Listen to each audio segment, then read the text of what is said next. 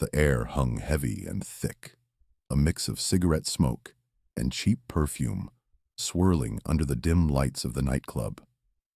Music pulsed, a low thrum that vibrated through the floor, but it wasn't enough to mask the sudden, sharp silence that fell over a small section of the room.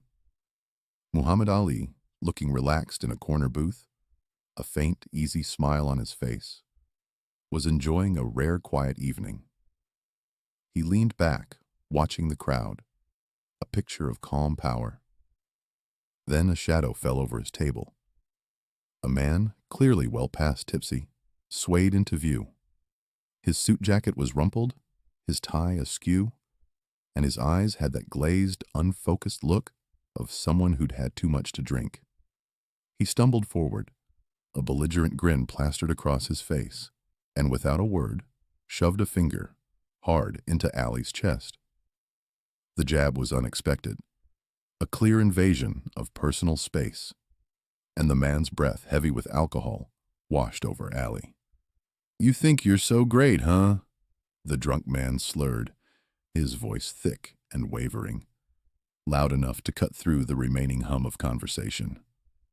"Think you're the greatest? I can take you. Right here, right now." His finger remained pressed against Ali's chest, a crude, disrespectful gesture that screamed provocation. He swayed again, almost losing his balance, but his eyes, though blurry, held a defiant glint. He wanted a reaction, a fight, a spectacle. It was clear he intended to push Ali, to see how far he could go before the champion snapped. Ali's initial surprise flickered across his face, a brief widening of his eyes, but it vanished quickly, replaced by a slight narrowing, a hint of something unreadable. Yet his expression remained calm, almost amused. There was no immediate anger, no sudden tensing of muscles.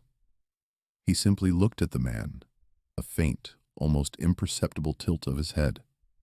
This was not the violent reaction anyone expected from the heavyweight champion of the world. The drunk man, momentarily thrown off by Ali's unexpected lack of aggression, stumbled back slightly, his challenge hanging in the air unanswered. He probably expected a roar, a shove back, anything but this quiet, almost patient gaze. The full impact of his challenge and Ali's impending response was yet to unfold.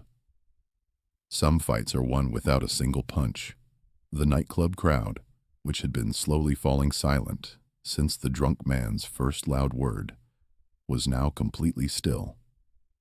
Every eye was on Ali and the swaying figure before him. They anticipated a legendary confrontation, a moment of raw power and fury. But Ali simply smiled, that easy, confident smile returning, a glint in his eye that suggested he knew something no one else did. The air crackled with tension, waiting for the explosion that seemed inevitable. Before we continue, subscribe to the channel and tell us where you're watching from in the comments. To truly understand that moment in the nightclub, you have to step back in time, to the United States in the late 1960s and early 1970s. This wasn't just any era. It was a time of huge change, a boiling pot of social upheaval and racial tension.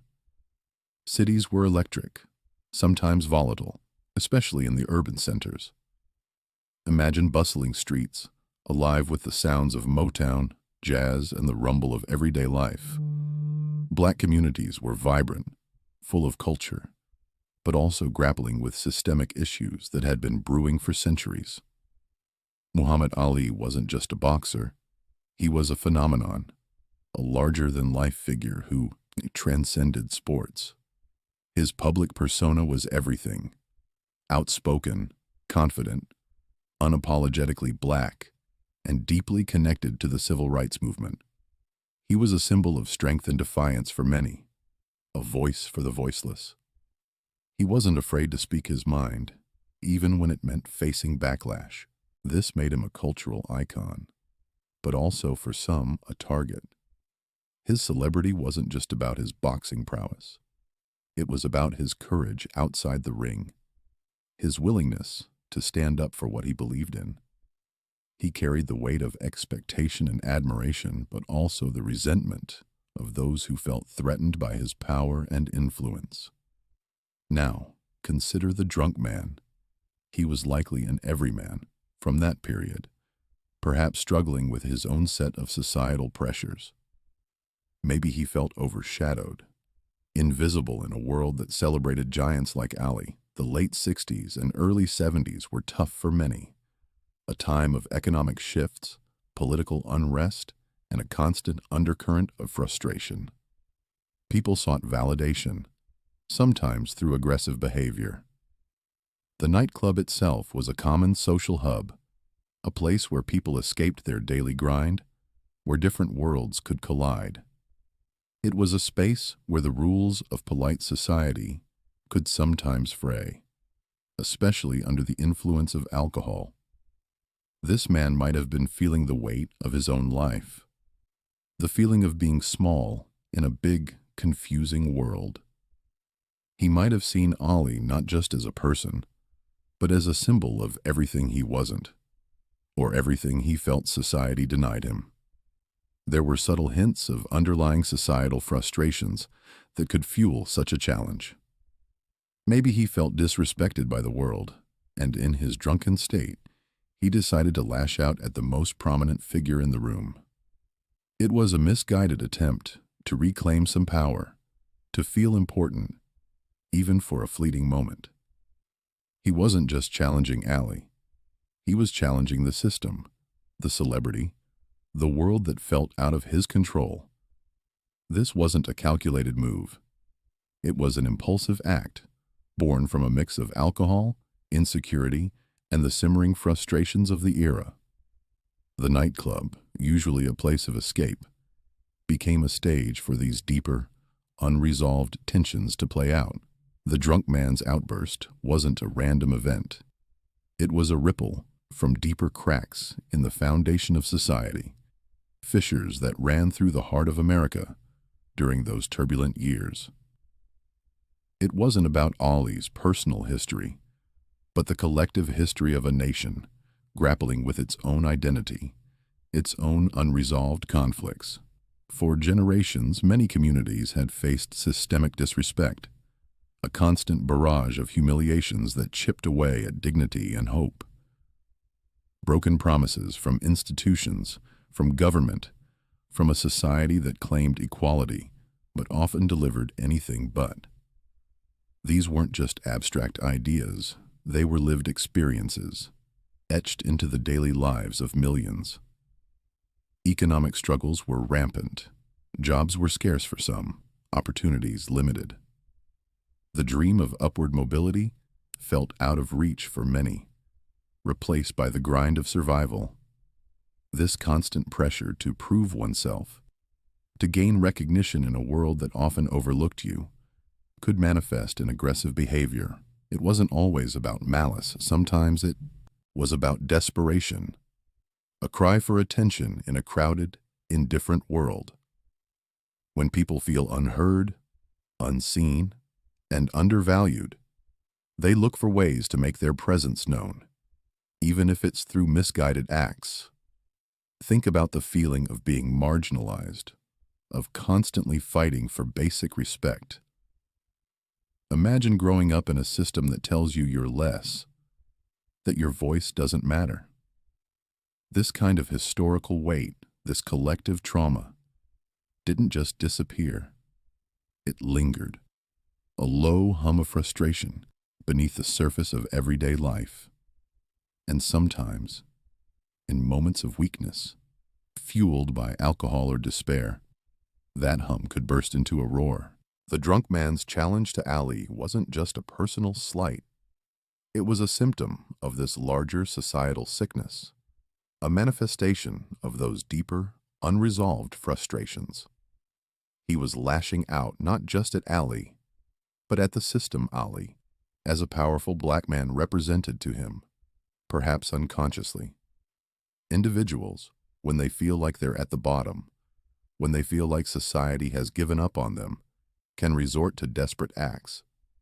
They might crave attention, any attention, even negative attention. They might seek a fleeting sense of control in a life that feels completely out of their hands. Standing up to someone like Muhammad Ali, the most famous man in the world, would certainly get you noticed.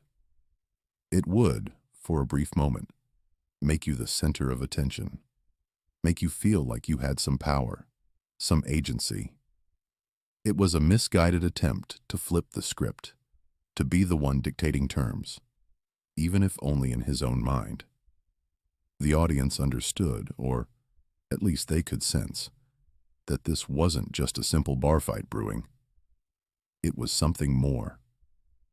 The drunk man's challenge wasn't isolated. It was a raw, unfiltered expression of deeper societal frustrations and personal demons. His slurred words, his aggressive posture, his desperate need to provoke a reaction. These were all indicators of a man teetering on the edge, a man whose internal struggles were spilling out into the public arena. The nightclub, usually a place for escape and enjoyment, had become a pressure cooker, and the drunk man was the steam valve. His actions spoke volumes about the underlying tensions of the era, about the silent battles many people fought every day. He was a product of his time, and his challenge, however clumsy, was a reflection of it. The air in the nightclub had been thick with anticipation long before Ali even arrived. Whispers had spread like wildfire through the crowd that night. "Ali's coming," one person would murmur to another, eyes wide. "I heard he's in town." The usual buzz of conversation and laughter would quiet down in sections as people discussed the possibility. Some patrons were thrilled, buzzing with excitement at the chance to see a legend up close. Others, though, carried a different kind of energy. There was a mix of resentment, maybe a touch of envy in their glances. Ali was a giant, a symbol, and not everyone loved what he represented, or how brightly he shone. These were the kinds of discussions that simmered beneath the surface, especially as the night wore on and the drinks flowed more freely. "He thinks he's so special," someone might grumble, nursing a whiskey. "Just another loudmouth." But even those who grumbled couldn't deny the pull of his presence. Everyone had an opinion on Muhammad Ali, and his arrival was always an event. Amidst this charged atmosphere, the drunk man was becoming more and more noticeable. He wasn't just a quiet drunk. He was loud, boisterous, demanding attention. His friends, if they could be called that, seemed to feed off his energy, or perhaps they were just too far gone themselves to rein him in. There was a palpable pressure on him, from his own ego, from the alcohol, maybe even from some unspoken challenge from his companions. He probably felt he needed to make a name for himself, to prove something in a room full of people who seemed to ignore him. He was looking for any kind of reaction, any acknowledgement, in a place where he likely felt invisible. The silent judgments from other patrons were like little pinpricks. Heads would turn as his voice got louder, as his gestures became more exaggerated. People would exchange glances, a shared understanding passing between them. This guy is going to cause trouble. You could see it in the way some people shifted in their seats, or how others pretended not to notice. But their eyes kept darting back to him. His increasingly erratic behavior was pushing the boundaries of social decorum in a place that usually had a pretty loose definition of it. The nightclub itself was a character in this developing story. It was crowded, the air thick with smoke and the smell of stale beer. The music, a mix of soul and funk, thumped a steady beat. But even that couldn't drown out the rising tension. Glasses clinked, voices rose and fell, but underneath it all, there was a growing sense of unease. Every now and then, The drunk man would stumble, catching himself on a table or bumping into someone, eliciting glares or muttered apologies. His movements were becoming less controlled, more aggressive, and the psychological weight of the impending eruption was pressing down on everyone in the room. The whole place felt like a coiled spring, ready to snap.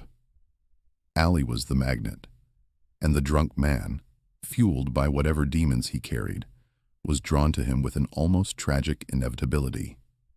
The stage was set, not for a boxing match, but for a different kind of confrontation, one that would test Ali's character in a way his opponents in the ring rarely could. The crowd held its breath, waiting for the spark. The spark finally flew. The drunk man, swaying slightly, but with a surprising burst of drunken resolve, pushed through the last few people, separating him from Muhammad Ali. He didn't just walk up. He marched, eyes fixed on the champion, a wild, defiant look on his face. The air seemed to thicken, the background noise of the club fading into a dull hum as he reached Ali's table.